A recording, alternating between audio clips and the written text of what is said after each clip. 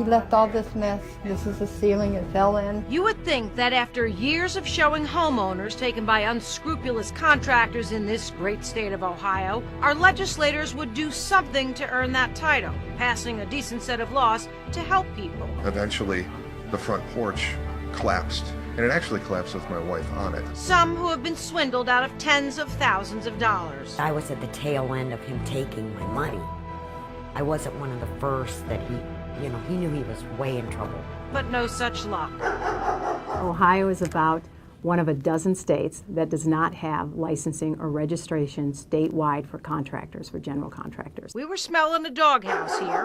The Home Builders Association of Greater Cleveland has been fighting for 10 years to get some sort of licensing requirements for these contractors. We can't stay with the status quo. We're seeing too much damage to our industry, too much damage to the consumer. But the response has been less than enthusiastic, with one member telling me legislators were basically falling asleep when the association testified in Columbus. We're talking about a license just for competency. I would say that some of the people were not attentive to what our testimony was going on. I can pinpoint that it wasn't a priority. So we decided we were going to make it our priority. My name is Hannah, calling from 19 Action News. Hi, Senator Turner. My name's Abby, and I'm calling with 19 Action News. The consumer unit called every single legislator up for election last November to ask them what they were doing to help, and not one was willing to get involved. Okay.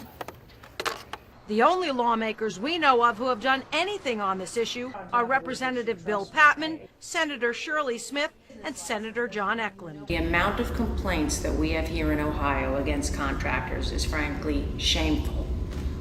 What are we going to do about this?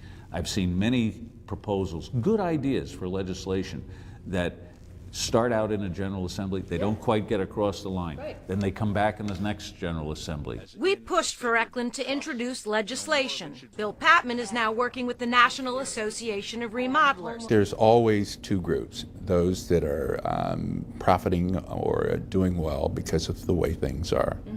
Then there's the group of us who believe that things need to change because they are not quite going the way they should for the consumer. And Shirley Smith is working on a bill to spark discussions in the Senate.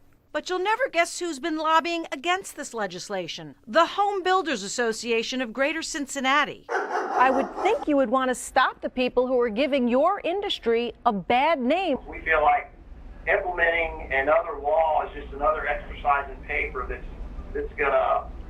not gonna accomplish what some people might think that it is. Really? We spoke to Executive Director Dan Dresman by Skype, who said there were already sufficient laws in place and licensing fees would be too high. I looked at the fees. It's about $230 in fees. If a contractor can't come up with $230 in fees for licensing, he has no business being in this industry. Eklund's legislation proposes a sliding scale, which would license contractors based on the complexity of the work they do. And Patman suggests a contract licensing procedure similar to other professions.